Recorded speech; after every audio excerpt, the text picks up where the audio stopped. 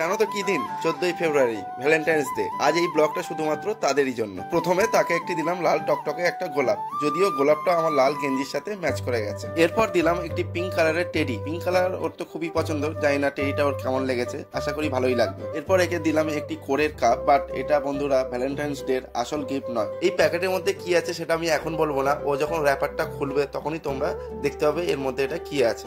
এরপর ওকে আমি দিলাম আজকের দিনের স্পেশাল গিফটটা, একটু পরেই তোমরা দেখতে পারবে যে ওর মধ্যে কি আছে ও যখন এটা আনবক্সিং করবে।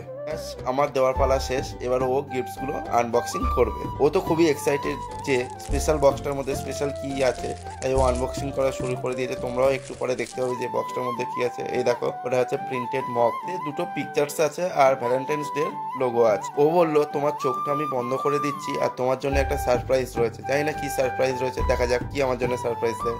প্রথমে ও আমাকে একটি লাল গোলাপ দিয়ে ভ্যালেন্টাইন্স ডে এর জন্য উইশ করলো। এরপর আমাকে একটা বক্স হাতে ধরিয়ে দিল, বললো যে এক্ষুনি ওটা দেখা যাবে না। তারপর দিল আর একটা ছোট একটা বক্স, বললো জানি না কি আছে, যখন তুমি এটা আনবক্সিং করবে তখনই দেখতে পারবে। আমি আনবক্সিং করা শুরু করে দিলাম। দেখো এর মধ্যে একটা কত সুন্দর একটা ডিওড্রেন্ট আছে, যেটা আমার খুবই তো ভালো লেগেছে, এনগেজ ডিওড্রেন্ট, যেটা আমার খুব ফেভারিট ব্র্যান্ড। পর ও আমার হাতে ধরিয়ে দিল আরেকটি বক্স, সেটা আমি আনবক্সিং করা শুরু করলাম। জানি না এর মধ্যে কি আছে। আনবক্সিং করে আই এম তো অবাক। স্মার্ট রিস্ট ওয়াচ, যদিও আমি এর আগে কখনো স্মার্ট রিস্ট ওয়াচ ব্যবহার করিনি, আমি এই প্রথম ব্যবহার করলাম। যাই হোক, ও যে গিফটটা দিয়েছে প্রত্যেক গিফটই আমার কাছে অসাধারণ।